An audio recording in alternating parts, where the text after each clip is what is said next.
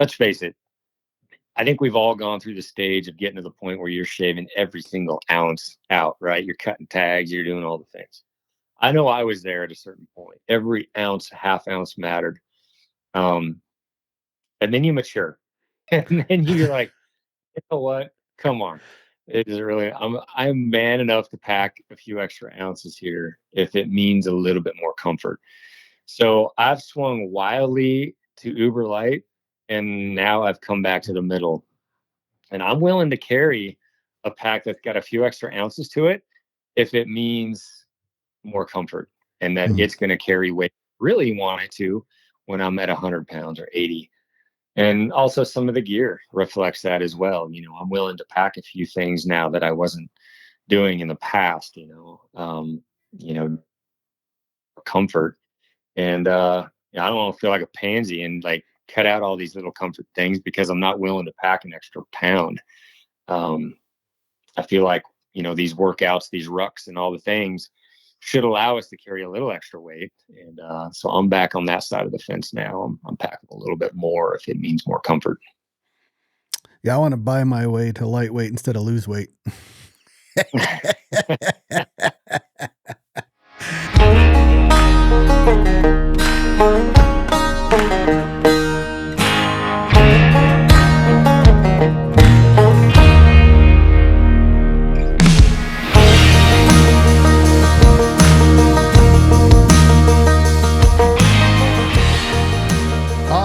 Welcome to Shoot to Hunt podcast. I'm Ryan Avery, and I'm here with Jake Machaney. Jake, how much weight have you lost, sir? Today I weigh in at 216. That doesn't sound like any weight loss. It's the same fucking weight that I was last week. Yeah. Oh shit. I'm going to 180 by September 1st, Ryan. For those of you that don't know, we have Ryan Lampers, aka Backcountry Jesus, on the fucking podcast. Is today. That your nickname for him, or is that like a nickname? It's kind of caught on, has it not, Ryan? Yeah, no, Avery started it. I don't like the nickname, but he's forced it. Nice. Oh, yeah. So I'm trying to get down to 180 by September 1st, and I'm at 216, Ryan. Some fucking work to do. Tanya's got some whip to make that happen, eh? Yeah, well, Tanya's kind of like Doc Hill. She she just walks one time and she drops 8 pounds. Yeah, I know, it's frustrating. I know my wife can start working out and like she got a 6-pack in 2 weeks, and it's like blows my mind. Yeah, I was your wife turned 50 and I did not know that. You've had your big thing online. That's impressive. Mm-hmm. Yeah, she turned 50. I'm 49. I'm getting up there. She's a cougar. Yeah, she that woman, dude, she's as many people know, she's a rock star. She works hard, unbelievably fit. Like I said, she just stays real active. But at 50, she's never looked better. No, I love that lady because she pretty much got rid of my migraines. That's a whole nother topic. But yep, NCR, look it up. That wild podcast right there, wouldn't it? What's that? That would be a wild podcast, wouldn't it? Talking about NCR. Yep. They break your face. That's all I really can. How I can explain it is they shove something up your nose and break your fucking cranium, and it works. Huh. Near it does work. Yeah, it does. Yeah, I think I've told you that story, Jake. I don't know what NCR is. It'd be a whole long. It's neurocranial reconstruction, or what is it? That's. Yep, neurocranial. Yep. Neurocranial reconstruction. Nice. And basically I had a migraine pretty much every week or every other week. And since she's done it to me twice, I have maybe one every 5 or 6 months. So anyways, she's cured a lot of people with the headaches. She's had a lot of people come with migraines that just don't get them anymore. But yeah, it's a bizarre process. So, it is. I had to do a little research, because Joey, you can't fucking believe Joey, but he's the one that brought it up to me. So I had to look around. I had to call Ryan. I had to make sure I wasn't going to die when this happened, and I didn't die. Yeah. Well, what's funny is like that process. My family is a bunch of skeptics by nature, especially my folks, my father, Joey. We're skeptical about anything wacko, and this is pretty wacko, but man, does it ever work. It's nuts. It actually does what it says it's supposed to do. And it really does help folks with all kinds of issues. But let's get off that. We'll talk about that on another. Yeah. We'll get Doc Hill on. Yep.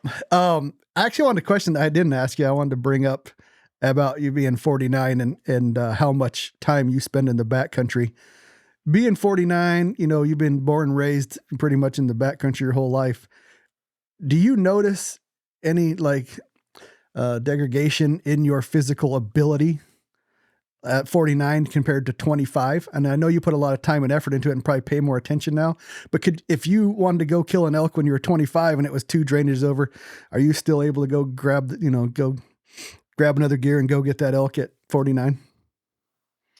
Yeah. And I will say this, and people may not believe it, but it's true. At 25, I wasn't a quarter of where I am right now. I was young and dumb and I felt like I was doing a lot, but my stamina at this point in my life, I think it's the mental thing that everybody talks about that's so cliche but true, is so much stronger. I mean, my 25-year-old self, yeah, I could get 2 ridges, but I could get 6 now. It's not even close. And I remember those days in my 20s when you're supposed to be at your absolute best, peak testosterone and all the things. And I'd feel that burning in your legs, like that lactic acid buildup and the things that kind of hold you back, and soreness and all that. That's just not a thing anymore. I don't get sore and I don't feel any lactic acid buildup at all. And I haven't for a long, long time, but I don't know what that's from, if it's just a lifetime of doing it, or, a lot of things changed when, cleaned up the diet, definitely added some subs that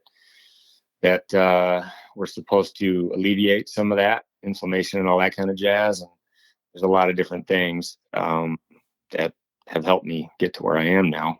Probably most go back to my wife and how she's got me all cleaned up with everything. But yeah, at 49, I am 10 times the physical. I have 10 times the physical abilities that I did in my 20s. Wow. Not even close. Do you have any limiting factors? Is there nothing you have to take a rest day ever? Or can you just keep going and going and going? Yeah, I don't definitely. This sounds egotistical. These questions you're asking me to talk about myself. It's uncomfortable. But I want to, because on Rock Slide there's a over 60, and you see half the guys. That's why I'm asking you, because I think people that are late onset in fitness people, they don't have nothing to look back at. So I read these things, and some guys one guy said he's 68 maybe.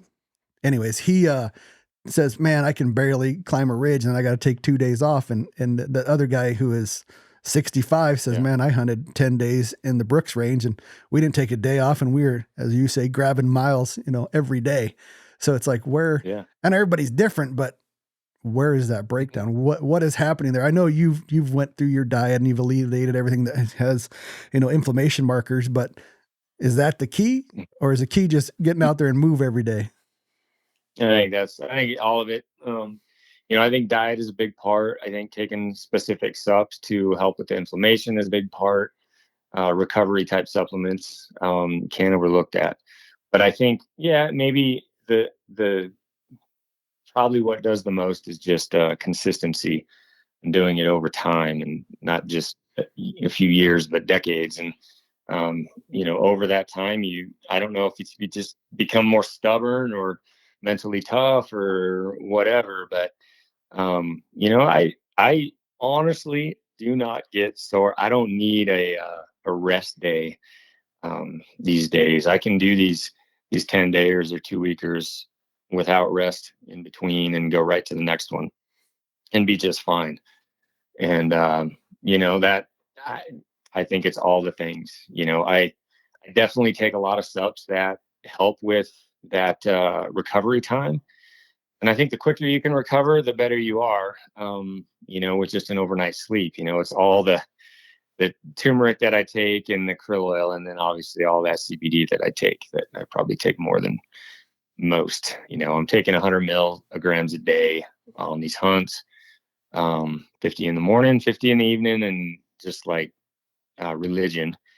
And, it's got to make a difference, because even in my 30s, I had days where I'd come off a hunt or come off a season, especially late in November, where my body would be just toast, be shot, and I definitely need a weeks sometimes to recover. But I think, when I changed the diet and Hill got much more strict with me, man, that plus the subs, and it really, really did help. There was no downtime at the end of it. I wasn't having to recover for so long with inflamed joints and just kind of walking funny for a couple of days after a big hunt. There's none of that anymore. It's just right on with the next one. So not I don't know with 100% certainty. I think it's a good combo of all the things, though. And just consistency of being on your feet with loads on your back, a lot of ups, downs, heavy loads, all the things, even in the off season, not necessarily on just trips, but just morning hikes with your pack on and things like that. Over time, the core muscles that you use with that weighted pack every day are going to be what help you on your hunt. I'm definitely not a gym rat, not a CrossFit guy at all. Don't do any of that stuff, but weighted hikes have been probably the best for me. You have a CrossFit gym in your fucking basement. I've seen it. Yeah, my wife's down there a lot. We have we got your classic stuff. We got a bench. We got some deadlift stuff. We got incline, decline, all the stuff, and then we got some battle ropes. We got a box for just like weighted ups, downs, step ups. Do a lot of that with the pack on in those winter months. The box gets used a lot down there, and then we got a rower and a Stairmaster. So yeah, we are pretty set downstairs, and my wife takes advantage of that a lot. I gotta say, the one thing I do like to do down there, I work the box and then just up downs with a weighted pack on or a sandbag on my shoulder, or I do the rower. I love that rower. That thing will kick your butt. Well, we got off topic there, but I wanted to kind of touch on to give people a base of what you do. And you're not doing flatland, rolling hills. You guys are I know you guys are bear hunting, and it's some rough stuff. Yeah. I just took a group of guys out that hadn't hunted the type of terrain that we hunt there, Ryan, and they were blown away. They were definitely walking funny at the end of it, and they had a whole these western hunts, man. They had seen things so steep, and I had never seen men so scared at times. But like height scared, or just what were they scared? Like what did I get myself into scared? That kind of scared, yeah. The steep, the one misstep type stuff, the just rolling down a mountain with your pack on worries, I guess. But we're all pretty used to, being careful and just being able to traverse that stuff all the time. But I guess if you haven't done that country a lot, it's definitely your first few trips are probably pretty worrisome. You think about the worst possibilities if you were to slip. Yeah, there's some, there's like Colorado, there's Idaho, there's Wyoming, but there's parts of each state that are ridiculous. But Montana and Idaho have some just ridiculous steep terrain. Did you guys get some bears with these guys? Yeah, I was able to take a big old pumpkin head on this last one. It's funny that it was a stud old bear, but kind of a short body to him. It's one of those ones that is kind of like old man. It had really broad shoulders, big head on him, and then his ass just flipped right down. There's like nothing back there. It's a short, squatty bear. I resemble that remark. You said jet black when I talked to you earlier. Black. Yeah, jet black. Yeah, good bear. All right. Well, we'll get on task here. We are shoot to hunt. So the first priority is to bring up Ryan Lamper's weapon system and kind of your philosophy behind it. And I also want you to bring into the equation, because I know this is a moving number, because when I first started talking to you, you were 300 and in guy, and I've seen that number being pushed out. So take us through the philosophy of your weapon system, if you would. Okay. Yeah, and I know I am not a nerd like you and Jake there when it comes to all things weapon systems. I love listening to you guys, but I'm not at that level. So I can, in layman's terms, tell you what I use right now. So the last handful of years, I've been running. Well, since Weatherby came out with that RPM, that 65 RPM, I've been running that, and that's been a good one for me. I've tried the Backcountry, the very lightweight version that they've come out with. And then honestly, I picked up one of the Carbon Marks years ago, and that's the one that I have consistently stuck with. That thing is just a shooter. It's it's been great. And that's in the 65 RPM. But you've bumped up since you've been to Alaska. For some reason, you think you need a 338. Can you? Oh yeah, up there. Actually went up to Alaska last year for some caribou and moose, and yeah, I brought the 338 RPM up on that one, and a little 18-inch barrel, lightweight that they came up with. And Ryan, I know every time we talk about this, like that, you laugh at the 338, but dude, that thing shoots so good. We put a 5-port TI Pro on there, and man, I mean, I have no issue shooting that 338, even off that lightweight platform. It's a great gun for how we, get off grid and really put the miles on. I hate packing heavy, especially comboed with the fact, like you mentioned, I don't shoot very far. I keep things tight. 300 and in always is the goal if possible. You're right. I've taken a couple of critters, out to 400, 450 even, but as far as everything, deer and elk, everything's been pretty tight. So I'm not a long range shooter or hunter. I just not. I don't know why, but I like getting to that 300 range. Well, I can't knock you. You do you, and you're very successful at it. What optics are you running on that RPM?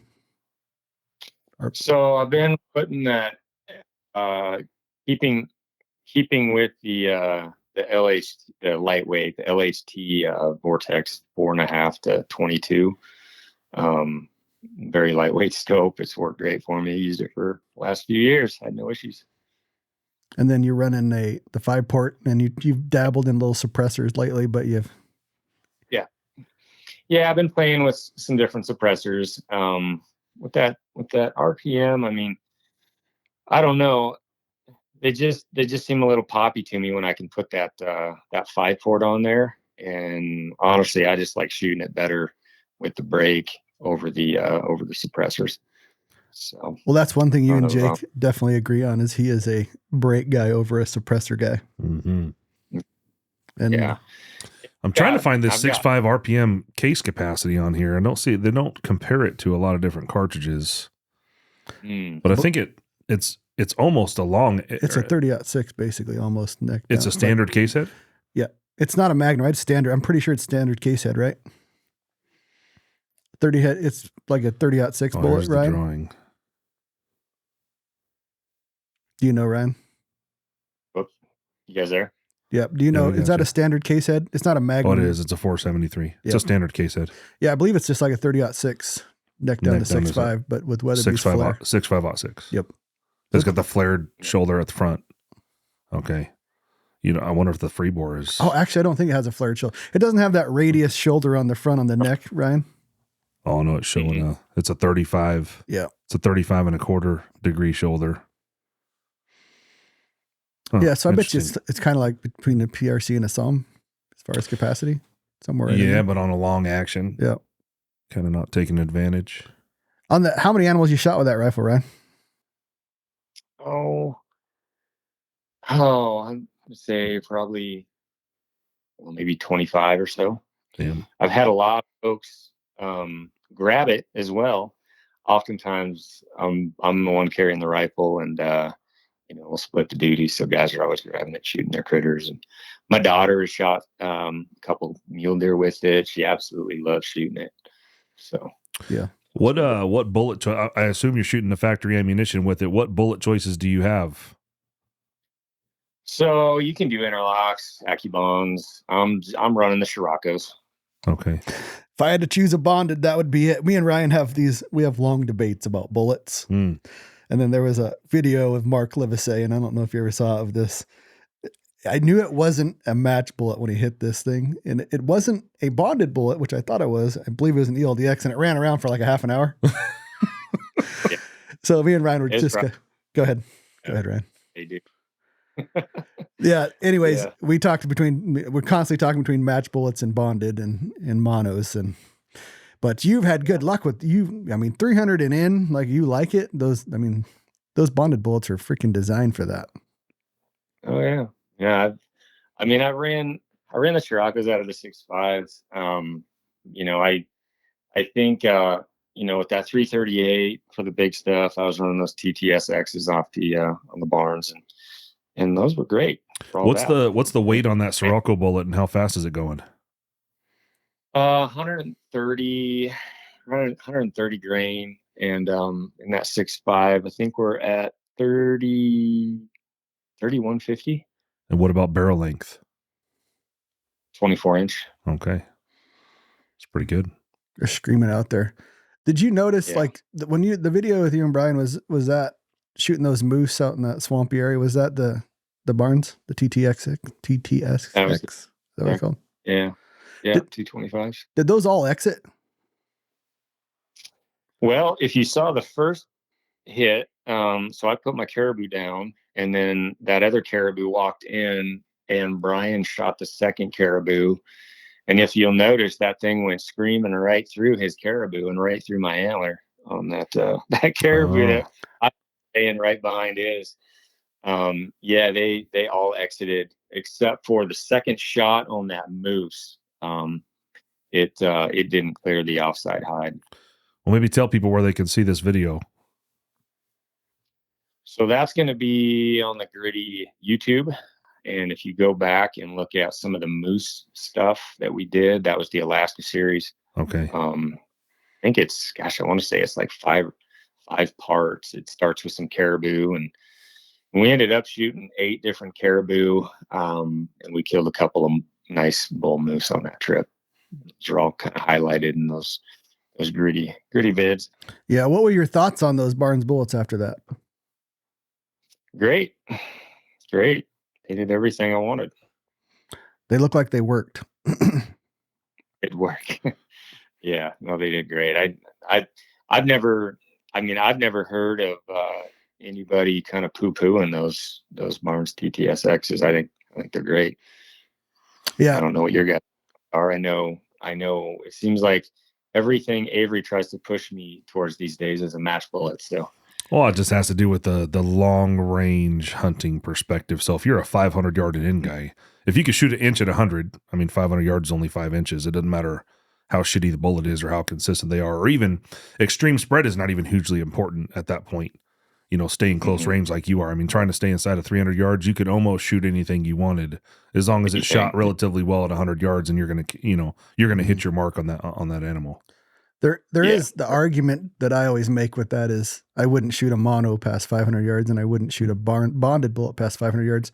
And the reason I wouldn't shoot them under that is not that they're not deadly. Obviously, you stack them like cordwood over there, Ryan, but they seem to stay on their feet longer with hard bullets than heavy for caliber match bullets.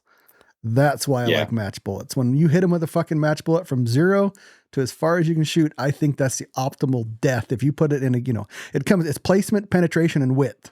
That's what you're looking for every time. If you place it right, penetrate right, and width, you're going to kill them. Always going to kill them, but you don't always get that width with the harder bullets at certain ranges. But they just go ahead. Here's my opposite. And we talk about placement on animals all the time. It's one of the hottest topics. Especially when it comes to bears. And if for guys that have seen the videos, they notice we try to stay off shoulders. I do everything I can to avoid shoulders. I avoid heart shots. And the reason being, and this is not trying to be arrogant or whatever, holier than thou, I really want to get all 4/4 of that meat out. And that's not blowing smoke. I do. That's what I'm there for. It's a big part of why I'm there. There's a whole lot of other reasons I'm doing these hunts too, but I really try to punch bones on all animals and not have a blubbery mess on the offside shoulder or anywhere. I'm really a really big part of this, and this is the God's honest truth, is I am there to try to save meat. And yeah, putting a hole right through those lungs, they're going to be on their feet a little longer. But generally, most oftentimes, if I'm not connecting with bone, I'm bringing out 4/4, 2 tenderloins, 2 back straps, and all there is a hole that ran right through the middle of that body and through both lungs. And that's always the goal. That's why we really talk about middle on bears. I mean, there's hardly enough meat on bears as it is, so I'm staying off shoulders on bears as well. And that's where I really like punching a hole right through those lungs and not sending shrapnel everywhere and creating a just bloodshot mess on that opposite side. Would you say middle of middle? Middle of middle. Middle of middle. Can you explain that? Yeah. So, I guess if you're looking at a bear broadside, middle of middle, I am basically taking that thing, cross-sectioning it, middle of up, down, middle of side to side on that bear if he's broadside. I'm really trying to think about where that bullet's going to exit, and I want to punch him through both lungs. I'm trying to avoid shoulders and definitely not trying to tuck it right behind the shoulder. Oftentimes, and this is contentious, I know everybody's got, their philosophies on where to kill bears, but I would venture to say most bears that are hit and they get away are shoulder shots. Bears are like, they've got such good mass up front. That bone density it's impressive what a bear can take up front. You can break them down and shoot those shoulders off, yeah. But with 3 good legs, that bear is going to cover some ground and possibly get away and leave a very short blood trail if you start breaking them down by shooting those shoulders out. My opinion is you're never going to have a bear that runs away that you've hit middle of middle. And when I say middle, I mean dead center in the middle. If you want to come forward a few inches, great. You're still tapping both lungs. But if you look at a bear's lungs, those things go back to literally 2 ribs back from the back. So it's significant. It's much different than an elk or a deer. So you're going to blow out the lungs. And when you hit bears in the middle, they're as soft as a bunny rabbit. I mean, they just go down quickly. They deflate fast. But oftentimes shoulder shots, man, you get a 3-legged bear, like I said, those things can just go forever. And we all know how they bleed. So I think that's a great explanation, middle of middle. And another thing I see a lot, I've witnessed and shot a lot of bears, is when you go for a shoulder shot on a bear, there's not much fudge room in front of that shoulder. So people will go ahead. There's vitals up there. You're right. I mean, even going for a quartering away behind the shoulder shot, you're very close to just hitting no vitals on that shot and pushing in front of that hard on a bear. It just sits back further than a deer. And so, unfortunately, I think a lot of people continue shooting bears like they shot, like Grandpa told them to shoot deer and elk, and they end up wounding quite a few bears in the process. And I think eventually, if you talk to a lot of the older gentlemen that have done this for a long, long time, that they eventually will settle on middle of middle. And then on deer and elk, you had a great explanation that I always aim for that spot, but the high lung, you call it. Can you explain that on elk and deer? Yeah. I've always had really good luck with the high lung. So taking that thing, drawing a line down the center and putting it just above it with rifles, with the rifle hunt.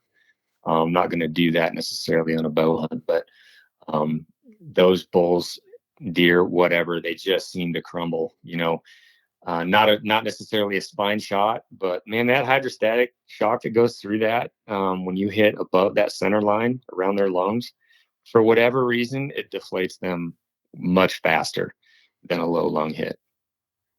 That's just what I've noticed. I'm not sure what you guys have seen, but I love taking that shot if it's available. I'm with you. I don't like shoulder shots on anything because I have taken shoulder shots when I don't want an animal to make it down at the other side of a ridge that I know what's on the other side. But 9 times out of 10, I'm looking at that high lung shot just because I like the meat. I love the meat. So Yeah. I'm with you. I want as much meat from that animal as possible. So the high lung high lung is a perfect shot. Yeah. I've never seen one that was hit high lung just up off the center in that region go 50 feet. You know, usually they'll just crumble and they're dead within 50. Well, since we're on the animals, I wanted to kind of bring up bear hunting with you because you guys have been putting out some really good bear hunting content, and you're a big advocate of bear hunting early. Can you kind of tell us that philosophy? Yeah. Yeah, it is bear season. We've been getting after it a lot lately, but yeah, I think, you know, when folks are always looking for, you know, the oldest mature boars on the mountain, right? And so I think a lot of people seeing a lot of questions like when is that magical time frame? You know, you would assume it's the rut, you know, when those boars are moving a lot, visible, they're running ridges. And that could be the case. And I know a lot of guys that love hunting the rut for bears. But it's just trickier, you know, and I've done the rut hunt quite often and just seen the frustration because, you know, we get eyes on bears, but if they don't connect with that sow, you are really having a hard time either catching up or putting yourself in front of them because they're just always moving. And that's in that June timeframe. But what I have noticed is some of the best successes that I've had in just locating old giant bears, you know, old mature boars, and then putting them down is that very front end of the season, you know, April in a lot of places, the lower elevation stuff. You know, for whatever reason, those old giants just seem to come out first, and they don't move much at that time. They're kind of waiting on that green up as well. And then you kind of start seeing the medium sized bears, and then the sows and cubs kind of come at the end for the most part is what I've noticed. They always seem to den a little bit higher on the hill. But, you know, a lot of those older mature boars, I just seem to get eyeballs on them earliest in the season. A lot of times that's in April, depending on where you're at. So my philosophy is for those big ones, I try to get on the front edge of that green wave that rolls up the mountain, hunt them as early as possible. So, you know, in doing that, you run into some frustration. You know, sometimes you get there and it's still brown and you're hunting as low as you possibly can and just waiting for the green to show. And we always give ourselves plenty of time to do that. You know, we'll put 10 days, 12 days, 14 days to a trip. And we just want to be on that front edge of it and be there when that green wave rolls through us. And that's generally when those big old suckers get visible. You said which bears den higher on the mountain? Sows and cubs. Oh, gotcha. You have a reason? Why is that, you think? We tend to see them later. And yeah, I don't know about you guys, but I've just noticed they always tend to get the less prime food as well. So they'll often be even closer to that snow line in less areas for food. I think those old matures get they get the choicest of salad bowls out there. And those sows are smart enough to know that they're going to kind of tickle the edges of that and stay out in the less prime areas. And it just seems like I see them a little higher on the hill more often than not. Interesting. I know this is leading to another question, but have you ever called in a bear? Oh yeah. Yep. Yeah. I've called in several bears. It's probably one of the most exhilarating things you can do, if I'm being honest. I mean, that's a ton of fun for guys that have done it. Yeah, I've called in bears that I've had come racing in, and then every once in a while you'll have one come in very slowly and methodically, and you don't even know he's coming. But yeah, I've had pretty good success doing that. I've never heard of calling in bears. What sound are we talking about here? Oh, so I don't even touch the call in April generally. That front end of the spring bear hunts, I generally don't touch it, as bears are kind of staying on the grasses. They're getting the fibers. They're kicking that mucus plug out. They're not really focused on meat yet. For whatever reason, they don't really key into meat until generally mid-May and the back end of May. And that kind of coincides with a lot of those fawns getting dropped and elk calves getting dropped. And usually it's at about that point that they really start going after meat, and they'll place themselves in these wintering ranges or these calving areas where they're going to get some of that. So, yeah, I don't know. That's usually when I pull the call out, is when I'm getting to that second, third week in May, when those bears start thinking about coming into either a fawn in distress or a calf in distress. And that's when things get nuts. And if guys do go and watch one of those videos, we have a couple of videos out on a spring bear trip where I ripped in on. I was actually calling to stop a nice chocolate that was down on the hill, and in doing so, had a couple of bears come into the side of me. A big jet black, or first a big red bear, which is actually the one I was hunting, and then a big jet black that we didn't even see come in until we got into the editing process later, and noticed that when I was ripping on the calls for this chocolate down below me, we didn't even know, but to the side of us came two bears flying in, and then I ended up killing the big jet black that came in on that one, just because I heard a stick pop. He was that close. He was 30 yards. I stood up and shot him. Wow. But it can bring in a lot of bears. It not only stopped the chocolate for a couple seconds, but yeah, it brought in two bears that we didn't even know were right there. Is it always an elk calf call that you use? Yeah, pretty much. I'm really sticking to that one, just wailing, just playing up that distress. And I have really good luck on a lot of different animals with that. In fact, this year on the spring bear trip, I got into an area where I had already taken a wolf on this trip. And then I pushed in a little deeper into this basin, and I was seeing a lot of calf scat back there.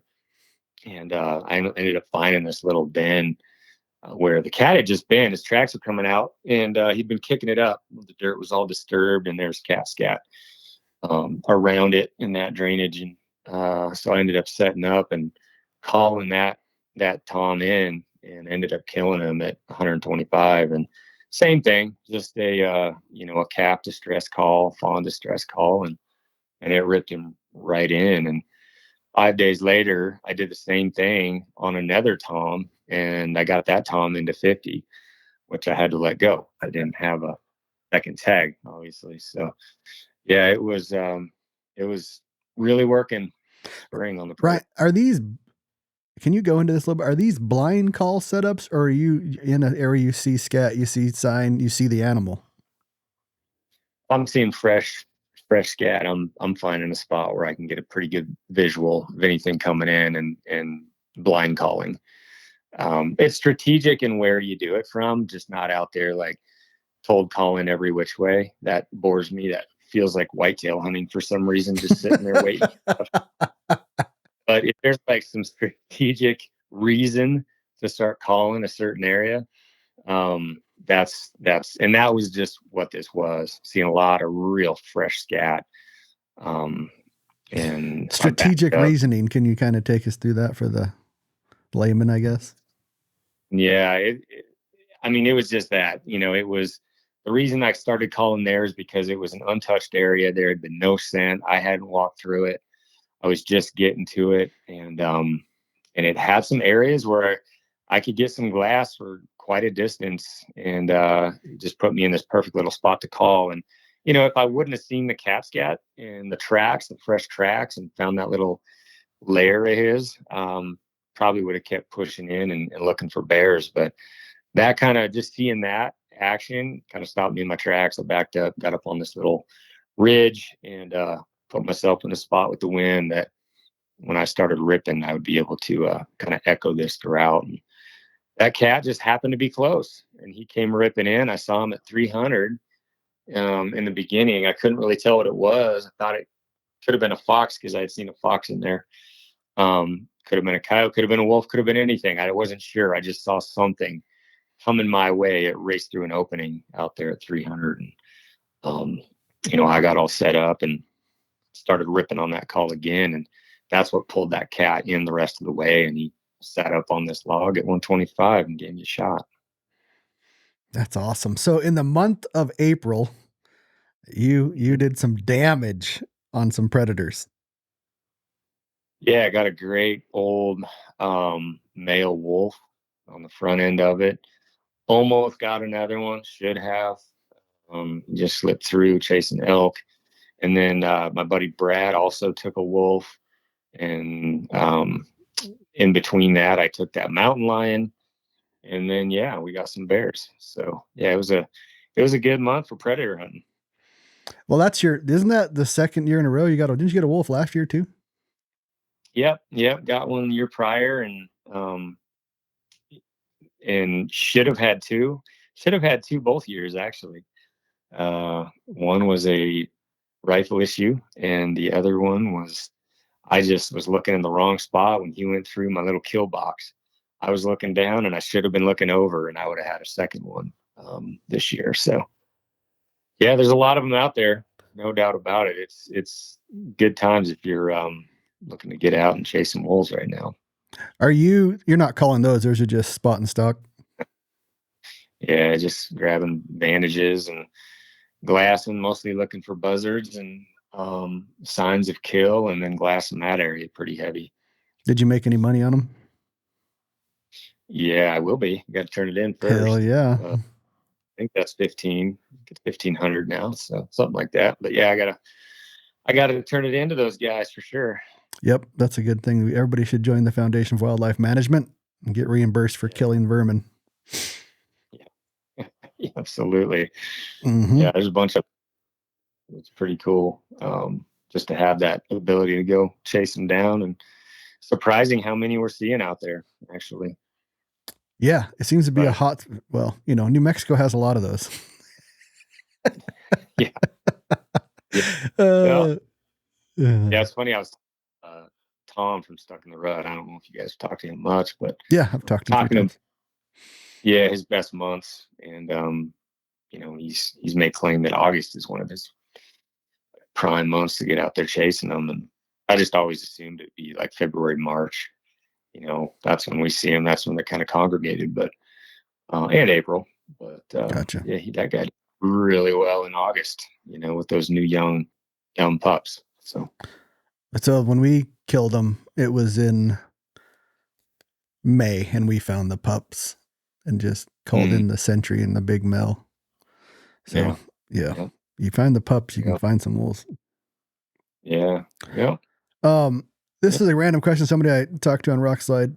I told him I was going to have you on the Shoot Hunt podcast, and he asked me that you don't seem to do a lot of scouting. Is that true or not?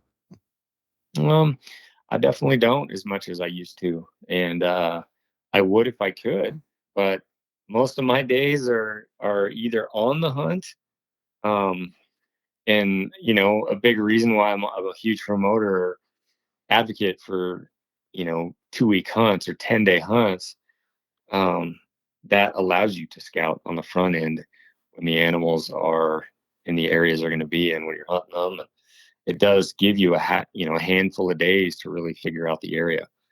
I do a lot of map work more than I used to, pre-family, pre-marriage, pre all of that. Definitely more time to get out and just bomb around and scout out mule deer areas. But anymore, it's I want to spend as much time with my girls as I can, and so summer months I'm not out there just looking for mule areas or whatever, and trying to do as many trips with fam as I can, and then I indulge myself in the fall with 10-day trips and try to do as many of those as I can.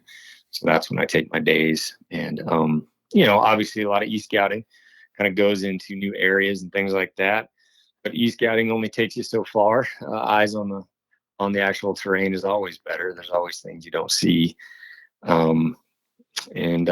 Yeah, that's I get my e-scouting done on the front end of the trip for the most part, or my just my overall scouting. Fair enough. All right. Well, moving into gear. And I'll keep it kind of short and simple with the gear choices. Can you tell us Ryan Lamper's gear choices for boots, backpacks, and insulation? Yeah. Yep. As far as boots go, you know, I know a lot of guys love a stiff boot. A lot of guys they require one. You know, whether it's just how they are with their feet, their legs, muscles. Stiff boots, kind of like a sheep type boot. It's always been used to be steel shank, just, you know, 4s, 5s. Those are great for many people, but personally, I am a very big advocate for softer boots, like a tennis shoe. You know, I used to hunt in Solomon tennis shoes, for crying out loud. And then, you know, I just found the softest boot I could find that was waterproof, went up the ankle a bit, gave me decent tread, and I've kind of migrated to the Laponia, the crispy Laponia, for the reason I described. It's an all leather boot, very waterproof. It's very flexible.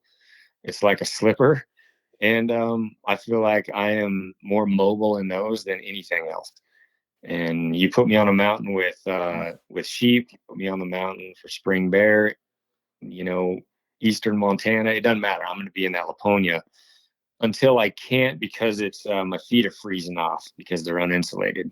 And then I might go to a heavier duty boot. But for the most part, 9 out of 10 hunts are in a soft, one flex rating crispy Laponia. I'm with you. I fucking hate stiff boots. When you do upgrade, like you go into November, like late Montana or something, what boot are you jumping to? So I went to a straight 800-gram Wild Rock. That's for those extreme conditions where, you know, it's 15, 20 below, which we're often dealing with here in Montana in those November trips. I'm very lucky. My feet don't get really cold, like froze up too bad. But in those minus temps, when you're parked on a knob and you're glassing and it's windy and everything's cutting through, those 800 grams are very nice to have. And if you don't have them, you're definitely having to get creative with keeping your feet from getting the frostbite. So I do those Wild Rocks, and those have been great. They're stiffer, obviously. They're a higher boot. There's a lot more boot to them. But man, I use those Laponias in almost everything until I absolutely can't, and I do really well in them. My feet don't. I have no foot pain. I don't have you know, any pain in my Achilles or heels or any of that. And it's just soft boots been the best thing for me by a mile. All right. Backpacks. I know you've ran the gamut on backpacks. Yeah. I've tried a lot of them. For quite a few years, I was running that Sky Guy from Stone Glacier. I ran it all the way up until last year, actually, and I really enjoyed that. That was a great comfortable pack that carries weight pretty well. You know, it was a 7,900 because food is bulky, and 10-day, 12-day trips require a lot of space for, you know, 22 pounds, 24 pounds of food. So I always went with the largest capacity that I could, and that was that 7,900. But lately, you know, I'm getting older and I want things to feel lighter when they're on my back. So I went to I tried out that Initial Ascent framed pack, and they built one that was even bigger bag wise than the 7,900. So they built an 8K, and it's not 8,000. This thing is a monster, but I think I want to say it's like 87 or 8,800 cubic inches. It's got to be a refrigerator on your back. Yeah, it's great, man. But it sucks down, you know, with the strapping. Obviously, you can turn it into a day pack if you want. But I absolutely love it. I mean, I've been taking it on a lot of trips. I've been running it in the mornings on my morning hikes, just little rucks with sand. and the thing just carried weight well. That stiffer frame, carbon fiber frame that they came up with. I mean, I think it's genius. It's very unique. It's different. And, some might say it's not as comfortable ran as like a day pack or everyday, carrying it. But when you get weight on it, that's where that thing really shines. You can throw 120 pounds and I know people say it all the time, but it doesn't feel like it's 120 pounds. It feels like it's 80 pounds. It carries very well. And so I become a very big fan of that. And, let's face it, most days it's not going to be ran under 40 pounds anyway. And then when you're coming out heavy with 100 to 120, that thing is a dream. And, I just found with a lot of the trips that we do, 10-day, 12-day trips, we're carrying rafts at times and oars, and, we don't short ourselves on food anymore. And, it's just a perfect bag for it. So I've been running that a lot. Tried it a lot this past fall on some shorter trips, and then ran it down for coups, and been running it on all these spring trips. And they've made a lot of changes with the bag designs over there at Initial Ascent. I think they're big upgrades from where they were a year ago. But one thing that isn't changing, I don't think, is that frame, and that's where I've been very impressed. So that's what I've been running. Go with that. I'm with you on the stiff backpacks. I like super stiff packs because you can have it. You're going to lose either way. If you want it comfortable with no weight, there's too much flex. And if you want it, the vice versa, if you want it nice, heavy, it's got to be stiff as hell. Yes, that's true. Yeah. And, I guess I can say we fell into the trap of everything's got to be uber light. I mean, let's face it. I think we've all gone through the stage of getting to the point where you're shaving every single ounce out, right? You're cutting tags, you're doing all the things. I know I was there at a certain point. Every ounce, half ounce mattered. And then you mature. And then you're like, you know what? Come on. It is really, I'm man enough to pack a few extra ounces here if it means a little bit more comfort. So I've swung wildly to uber light, and now I've come back to the middle. And I'm willing to carry a pack that's got a few extra ounces to it if it means more comfort and that it's going to carry weight really want it to when I'm at 100 pounds or 80. And also some of the gear reflects that as well. I'm willing to pack a few things now that I wasn't doing in the past, comfort. And I don't want to feel like a pansy and like cut out all these little comfort things because I'm not willing to pack an extra pound.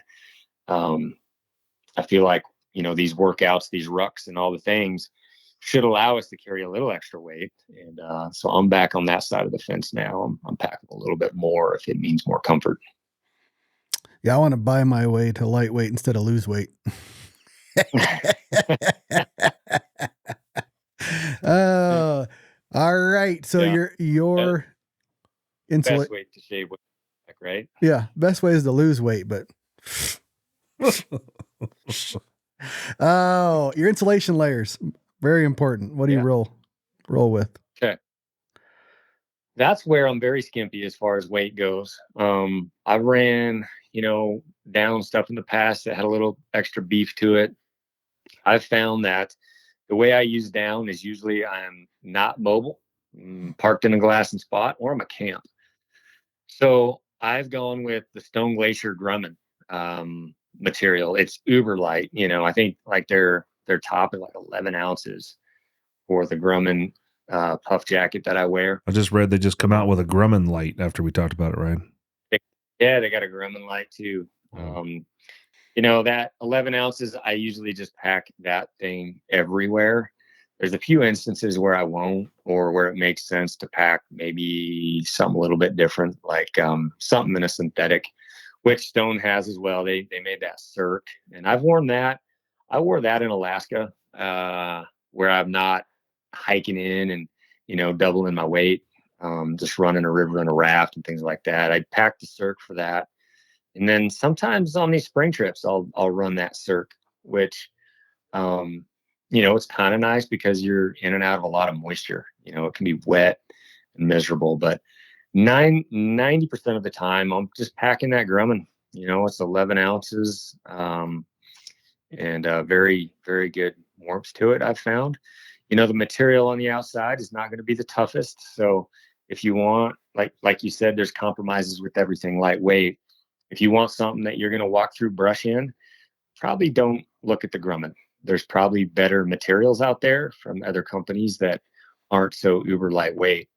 But if you're a guy that just puts it on the glass, and you're not beating through brush or snagging it on stuff, man, that stuff from Stone is pretty tough to beat in both the pants and the jacket, which is kind of where I fall. I take those trips.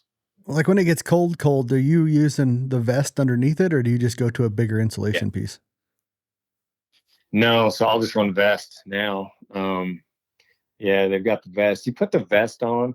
So for a while, I was actually, when it's cold, like the minus 15s and 20s, mm-hmm. I was wearing 2 Grummans. Both on. And going that route. But fortunately, then they came out with the vest. And so you put the vest on and the regular Grumman, you're pretty good. And if it's still cold, and you just put your rain jacket over top of all that. And I don't know how you're getting cold after you do that, for sure. That's a lot of geese around you. It is. Yep. Yeah, but I tell you, Montana, Idaho, in these late November months, boy, it can sure be nice to pack a little extra, a half dozen more ounces for a vest, and you're just a lot warmer that way. All right, and real quick on this one, because I don't want to take you forever on your time, but sleep system. You've said on videos you sleep like a baby in the backcountry. What's your setup? Yeah, and I don't know why. I don't have issues with elevation or anything like that. Anywhere from sea level to Colorado, parked at 12.5, I sleep like a baby. Don't know why. I'm very lucky that way. I know it affects a lot of people, altitude, but I sleep like a rock. And we do the CBD sleep gummies, so that's a part of it. But I do those out there, or a soft gel, and so the gummies don't have melatonin in them. The soft gel does. So for guys that are good with melatonin, man, that little soft gel that we put out is, I mean, you're 10 minutes and you're drooling. You're down for the. What happens if you come get raped by a bear in the middle of the night?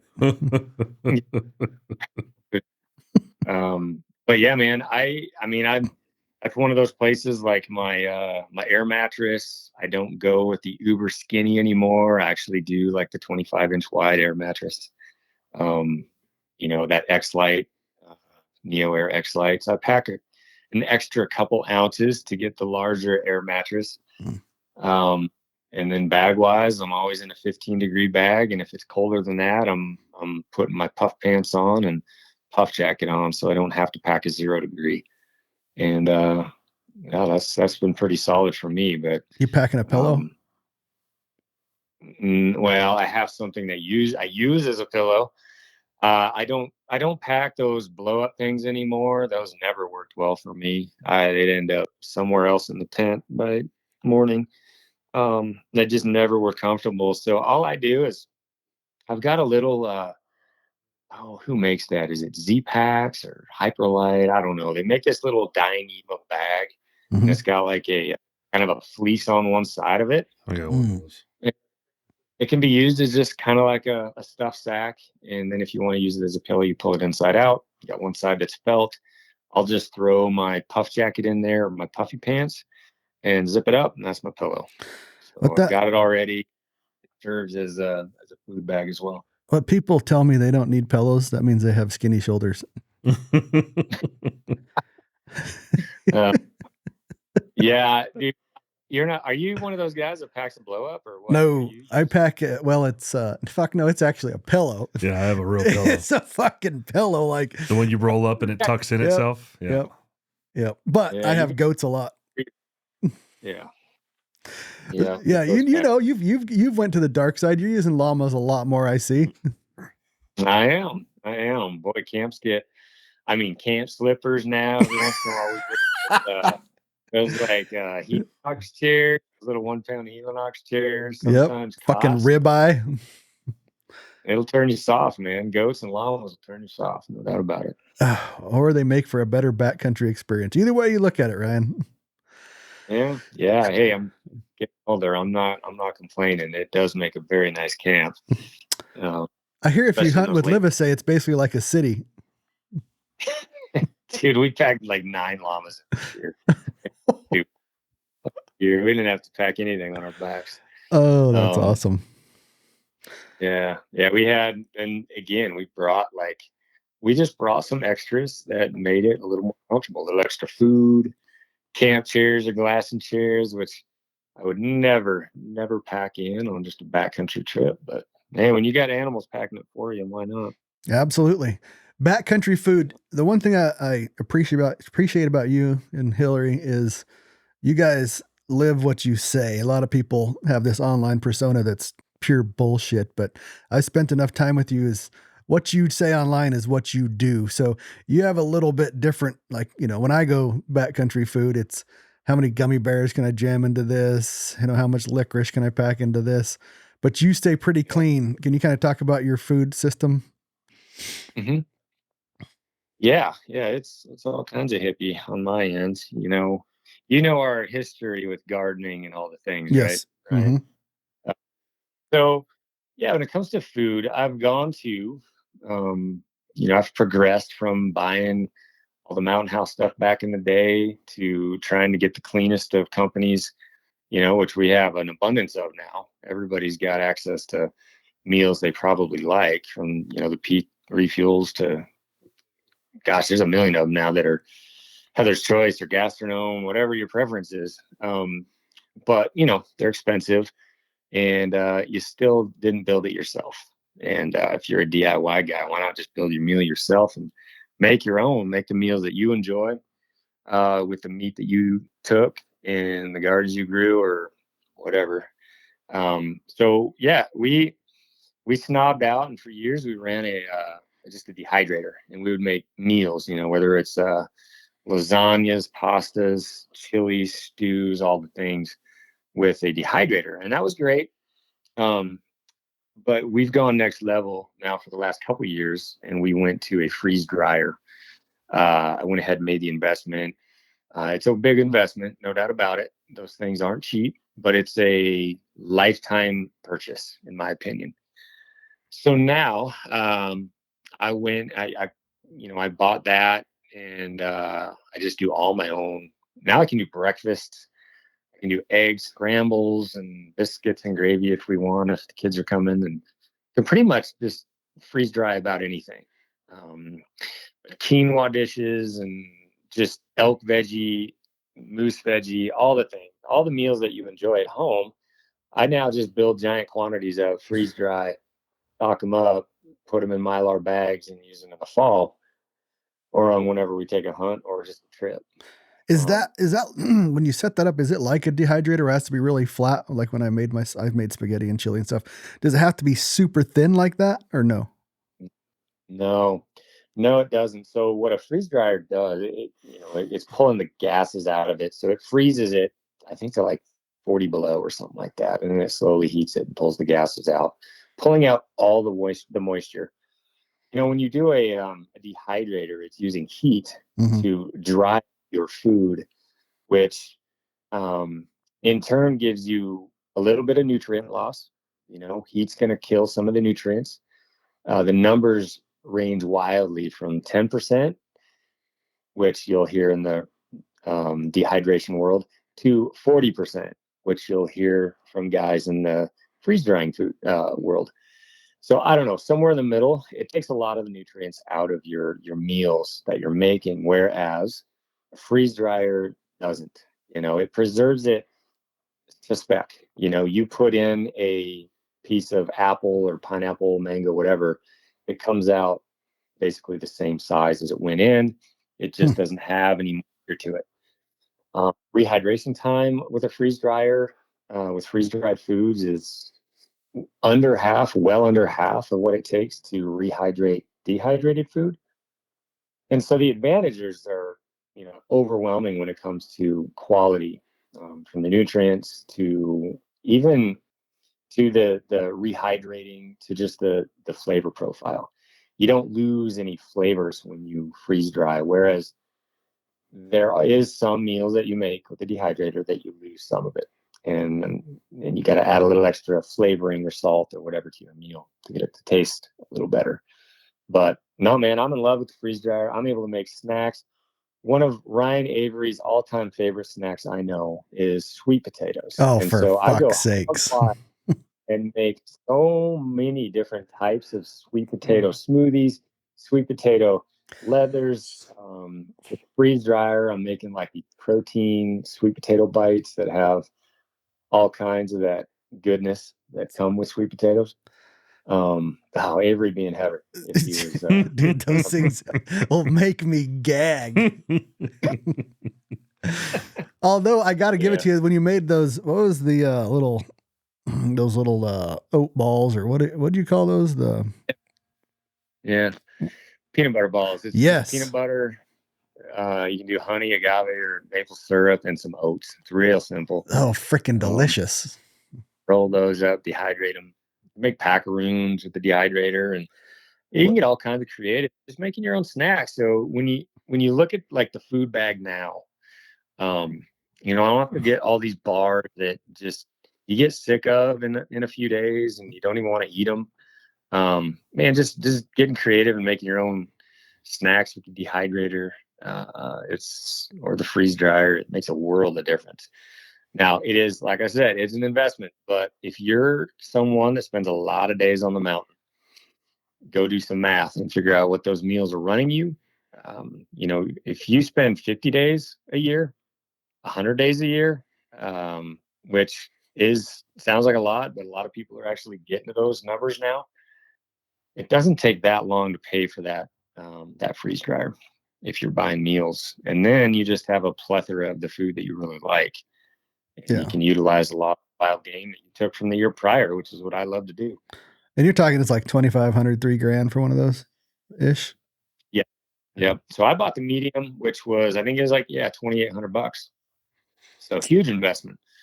But man, I tell you what, the ground meat that I have that's just preserved in mason jars now, and I don't know how many breakfast scrambles that I have, or biscuits and gravy meals that I have, and a ton of different dinners.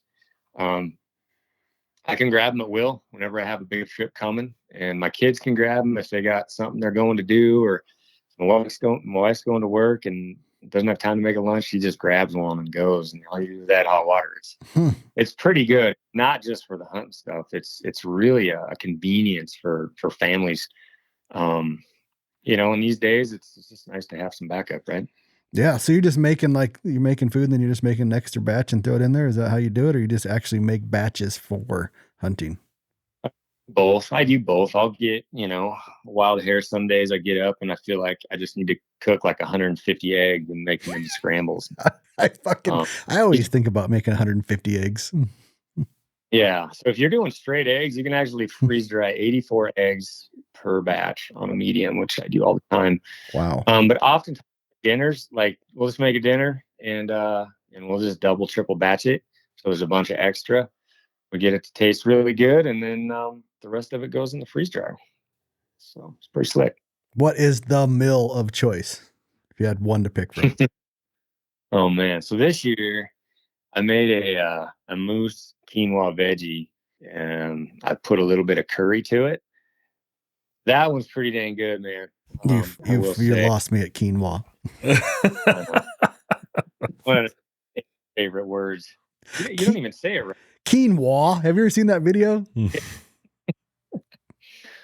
quinoa is one of those grains that is better for you than other things. A little more protein to it. It rehydrates very quickly, better than rice, and got a little better nutrient profile to it. So, and I think it tastes pretty dang good with other things added. But that's been a hot one. What else? All curry dishes are great. I did a barbecued pork rice meal with veggies. That one's pretty dang good. I will say, everybody notices when I start adding water to that barbecue pork meal. It's just pure goodness wafting through the teepee. But almost every meal, pretty dang good, guys. Honestly, I'm gonna have to try that out. yeah, get creative with it. Yeah, I'm gonna see if I can get a whole fucking Whopper in there. I took an apple pie and I just mashed it up, freeze dried it. So I was eating some apple pie on the mountain this year. Really? Yeah. Is there anything that doesn't work with it? Like you can't freeze dry like ice cream. I imagine you could freeze dry ice cream. Oh yeah, easy. No, ice cream sandwiches is one of those snacks that's freeze dried that everybody likes. You can take all the dried up. So one item that I found not to work is you go to Costco, you know those Grillo pickles? Yeah. Man, I freeze dried some of those, and I did like a bunch of like pickled olives and things like that, and those all turned out good. But Grillo pickles, those things were like the saltiest thing you've ever had in your life. That's pretty much the one thing that doesn't work great. But no, for the kids, there's a candy setting on that thing, so you can turn it to the candy setting, and a lot of guys do gummy bears, gummy worms, Skittles, things like that. Not So those gummies. What's that? No edibles. Edibles in, probably good. How small does it make a gummy bear? It makes them bigger. Makes them so it takes a gummy bear and it blows it up about 4 sizes from what a gummy bear really is. It's like a fucking T-Rex gummy bear. You can get those fruit juice gummy bears out there that are better than the Haribos. And I agree wholeheartedly. And do those, and dude, you get like it just like melts in your mouth, and it enhances the flavor of the gummy bear as well. It's kind of cool. So they grow like the size of a fucking cinnamon bear? Yes. Gotcha. They get way bigger, and they get like this light, airy, feel to them. So you just throw one in your mouth, and it just kind of melts. Sounds like a marshmallow peep. Yeah, that sounds awesome. It tastes like sugar. But yeah, no, those are good. Even the worms, things like that. The Skittles are, for whatever reason, in the freeze dry community, guys love doing Skittles. Those completely change as well. They get to about 3 times the normal size. Just a way different normal Skittle. So yeah, that's you can awesome. get all kinds of free, anything with like super, super high fat content. That would be one that you don't want to really mess with. Like if you were to just throw peanut butter in there or chocolate, it's not going to do a dang thing. Now, if you mix chocolate and peanut butter into like a shake with a bunch of milk or whatever and pour that out on the tray, that's going to be good. That's going to be great. But on its own, like real high fatty foods don't do well. You got to mix them. All right. Well, moving on to the next, we forgot about one thing in the gear is the Tricer. I seen you did a video with the Tricer tripod and head, and it looks very lightweight. So you put it through the paces. What's your thoughts? Yeah, no, it's been great. Yeah, I've been able to run it on 20 days worth of hunts so far, and that was just aside from working with it in my yard here, playing around with it. But it's a great setup, man. I think the guy that built it, kind of an engineering mind to him, I guess. But the way those legs are reversed, they're fatter on the bottom than they are on the top. So he reversed everything. And I think I was telling you, Ryan, the one thing that you have to get used to on the Tricer tripod is that everything is in reverse. So, you get so used to, throwing the tripod up, you spin those things one way. Well, they got to be spun the other way to open them up and then lock them. So it just takes a couple of days to get used to. But once you do, it is a very lightweight setup that's got more stability than having those thin legs down at the bottom. And you combo that with that head. I mean, what is the head, like 4.5 ounces or something like that? That pan head. It's a great setup. I mean, it's a backcountry hunter's dream. set up for shaving probably as much weight as you can possibly shave. Have and, you still have shot off it, or ran like a heavy optic off it? Yeah, well, like a 65 millimeter. Mm-hmm. I ran that and I rolled that all over the place on the mountain, and it's smooth enough.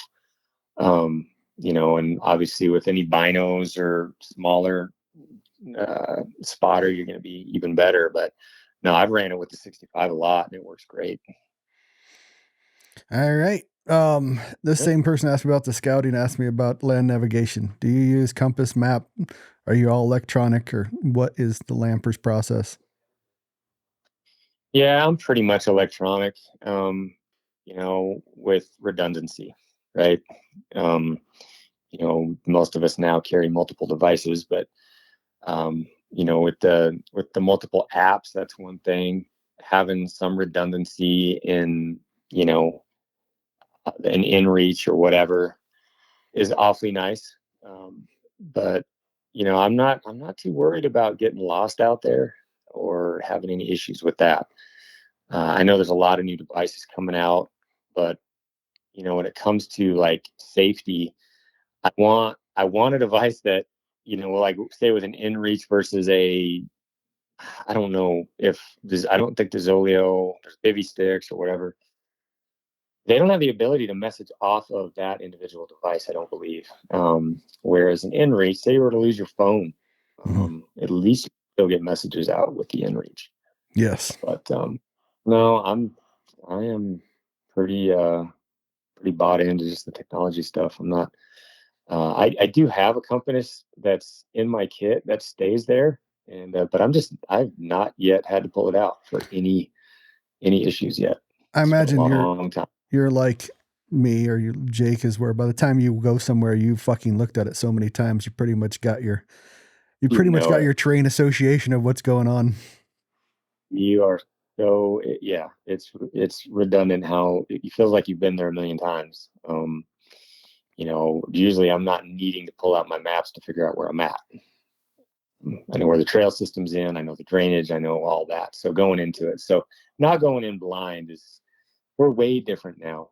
From back in the day, we didn't have the tools to e-scout and really learn your area, how the drainage is laid out and all that kind of stuff like we do now. So if you're doing it right, I feel like you should be pretty in tune with the terrain that you're going into. I think where you probably would run into issues is in more desert type areas, flats, places like that. That's going to be a little tougher, obviously. All right. It wouldn't be right if I didn't ask you why elk are so much better than mule deer. Oh, they're not. This mule deer are king, and bears are second, and then elk, and I don't even know where whitetail fall. They're way down that list. Oh no! If we go like with survival of the fittest, I put mule deer there with wild sheep. Like they get a sneeze and they fucking kill over dead, almost like an antelope in Wyoming. Yeah. Mule deer, man, they just take you. They just take you to the right areas. I love where we go chasing mule deer. Elk are cool too, and it's pretty awesome during the rut. But over the years, Ryan, I'm in love with mule deer more than any other thing that I'm chasing, for sure. But elk are cool, I guess. Not bad. They take the places you do have hunt mule deer look like Lord of the Rings, like Mordor. They look pretty epic when you're in there in the videos. It is, and what's funny is like spring bear has crept up to my second favorite because of that as well.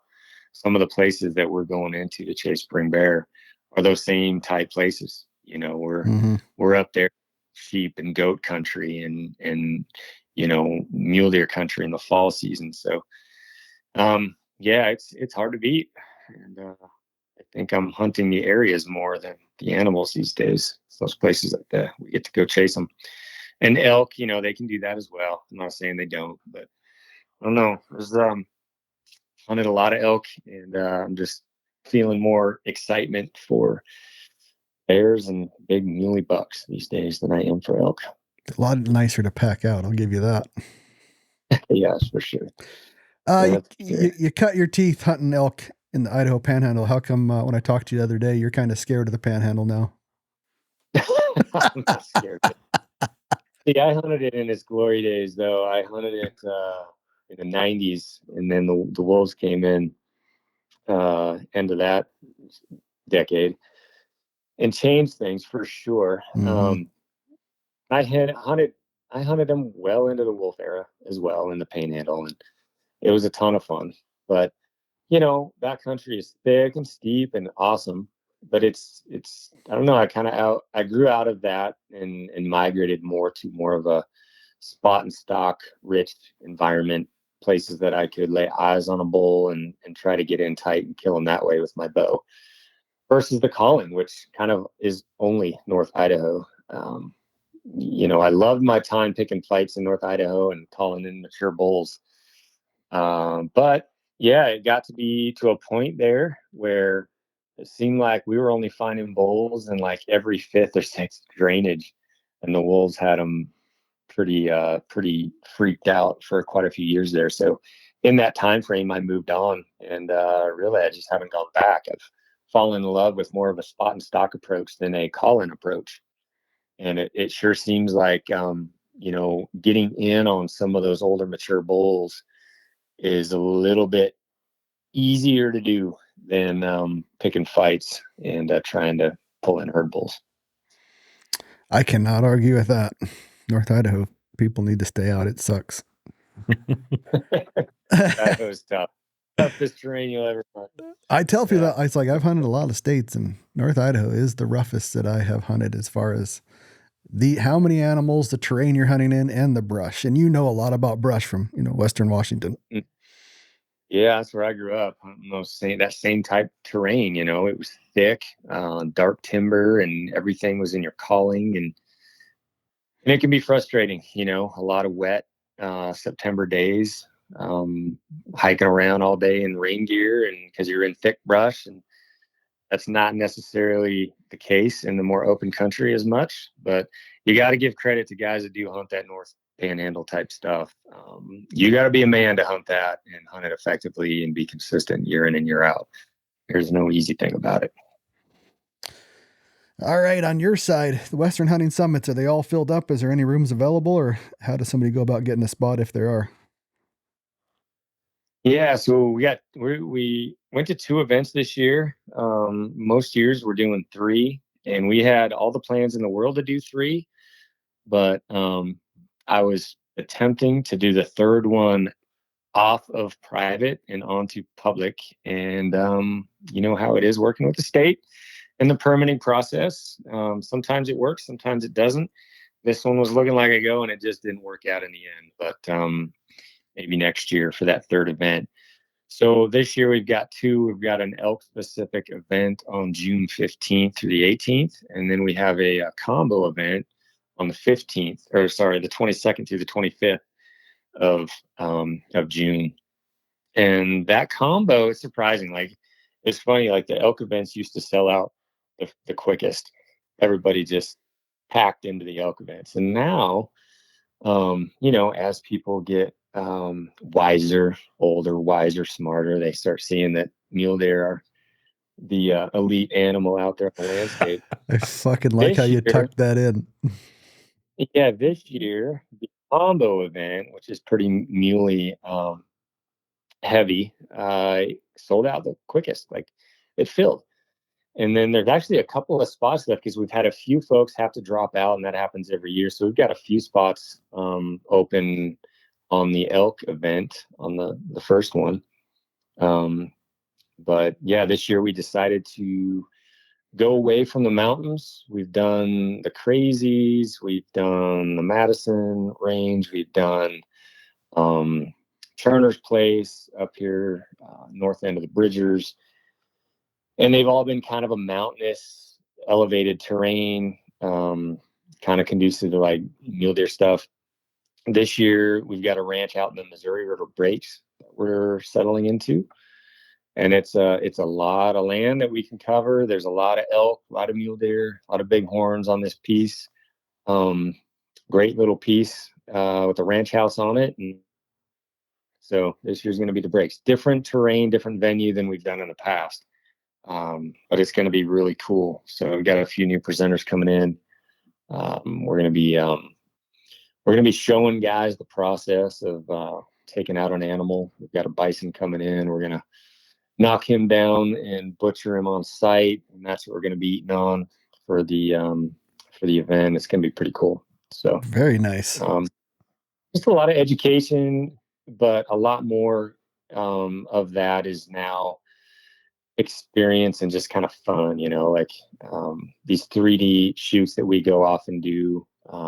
We hike about 5 miles out, shoot our way out, overnight it on the mountain, and then shoot our way back, which is a pretty fun thing for everybody. On the combo event, we do the same with the rifle stuff. Guys will shoot a steel course going out, get in the camp, shoot a steel course coming back the next day, and doing all that. So nice. Yeah, he's got a bunch of good guys. One of Jake's ultimate admirers, and that's Brady Miller. He's coming back. He's gonna take the guys on the rifle course this year and do all things that Brady does. But a lot of good educators on it, and it's just kind of a fun 4 days spent with a good group of dudes. That's one more tough motherfucker like you, Brady Miller. I've seen him in some shit. Man. Yeah, he gets after it, man. I love Brady. Good dude, gets after it. He's very knowledgeable. He immerses himself in this stuff. And I had a chance. I went hunting with Brady last year, spring bear, and we got him a great bear. And yeah, he's a no quit type guy. He just doesn't give up. He's a tall man and with a big wingspan, and he can cover some miles for sure. Yeah, I always think that him and Kurt need to hunt together. Yeah, Rasco. Yeah. Yeah. Same long, lanky strides. Lanky, yeah. Dan, they got a motor to them for sure. Yeah, he was also coerced by the elk last year. I saw he quit mule deer hunting to hunt the better species on a hunt. Yeah, I mean, we have Brady and his love for mule deer. That's why I love the man. That. But yeah, he had a tough year, like a lot of people did with mule this year. But he's just like me on the bear thing, though. He's really getting after this bear thing hot and heavy. And what does he call it? Mountain carp? He calls him something like he's a Yeah, but he went out of his way to shoot one last year and pack it out in a snowstorm. The allure is there. The allure is there. When all things fail on the mule deer front, you got to go something. I guess you go get an elk. So it's a quitter's deer, is what you're saying? The last resort. That's the thing down the mountain. Really good mule deer hunt. Yeah, it's that thing that hangs out by the trailhead. Oh, you're talking about wild sheep. No. All right. So stealthy nutrition, you got it all in one place now. This is the last question. We'll let you go because it's been like an hour and a half and I only meant to keep you for an hour. Oh, yep. Stealthy nutrition. It's all things that keep a 49-year-old feeling better than he probably should, I guess. So you got the CBD there that works wonders. What else you got over there? Yeah. So yeah, it's all at one place. You can just stealthyhunter.com, I guess, is where all the shop stuff is and all the material and recipes, all that jazz. But yeah, all in one place now. So as far as the subs go, we do the CBD things, everything from full spectrum, broad spectrum gels or capsules to gummies, sleep formulas, yada, yada. And then we do one of our probably most popular items is the bone broth protein powder. Mm-hmm. That is your meal replacement. It's got all things healthy, good, vitamin wise. It is a meal on its own. It's not just a shake that you would do like pre-workout, post-workout. Well, you can do it post-workout because it's got all the stuff, fats, carbs, proteins, but it's not just like your classic ops type pre-workout shake that gets you all bloated up and not feeling very good. Mm-hmm. Broth protein does not bloat you. It's not a whey protein? No, it's it's bone broth protein. So there's no way in there whatsoever to get your guts all crappy. Anybody who's done shakes, when you're doing your workouts or whatever, you've experienced probably bloat from one brand of shake to another. But if it's got whey in it, you're going to experience bloat most likely. And pea protein is probably one of the worst offenders. I think half the people in the country would not do well with pea protein. What is that? You well with Peas, those little green. Oh, peas. I was thinking of. Never mind. I was thinking of something else. It's not that pea. No. No. But that you just get bloated, and I have not talked to one person, anyone who's had any kind of issues with their guts when they've had our bone broth protein. But like I said, it's got all the vitamins. It's what our kids do every morning before they go out the door. It's kind of like a multivitamin packed with all the good stuff. But yeah, it's good. I just throw like some mango or some berries and banana in there, or just peanut butter and banana and chocolate flavor, and it's great. But that's one of our better sellers. And then we got all the gut health stuff, which isn't that sexy, but it's important. We definitely kind of recommend, or my wife does, that everybody does like a gut restoration once a year. It's kind of a restore on your guts and getting you digesting the food that you take in. Hopefully it's clean somewhat, so that you perform better. And that's a big part of being able to recover and actually absorb the foods that you eat. A lot of folks are dealing with like leaky gut stuff and issues in their guts that aren't really doing them any favors. And so inflammation is always a thing. Immune is always a thing. So being compromised there. So a healthy gut is just a healthier person. So again, not sexy, but it's something we definitely recommend, and people do it and they feel better. And ultimately for me, I just want to feel better all the time and taking these trips. And so keeping the inflammation down and the immunity up, and it's important. So that's kind of what falls in line in our supplements. And you're not just, you're not like a supplement company just out there selling shit to sell shit. You actually have a method behind your madness. Yeah. So if you say buy a gut restoration bundle, there's a program that it goes with that kind of walks you through the process of getting your guts reset, detoxed and reset, and then what you can do to kind of maintain it with a good immune probiotic and things like that. And so, we kind of move things that matter instead of fluffy things that you might see out there. Not selling the Kool-Aid. Tastes like cotton candy, but might not have the effects that you're hoping for. So, that's kind of where we're at. We've got a really good electrolyte drink mix that's clean, no sugar in there, and it's solid. And that's kind of what we drink with all the water we're taking in out in the mountains as well. If you carry it as a carry-on, they might think it's cocaine. Just from experience. Yeah, don't pack your e-charge tub on the plane. They took Tanya's bag and she had a jar of it. They found out for sure it's an illegal substance. Yeah, I just wanted to ask you, which Tricer tripod are you carrying? Are you carrying the sit-down one or the full length? I'm going to sit-down one. I didn't really want to pack the extra ounces on the tall. Okay. For some guys, tall might make sense, and it might make sense if you're using it for shooting, absolutely. But I'm just running the sit-down one. That's just my program. I'm always doing that. So shave a little weight there. But I did have my hands on the stand-up one for a while. Was over there hanging with Cody Rich, and he had one. We're playing with it, and he had that tall, which is pretty cool, but it's just not one that I would use much.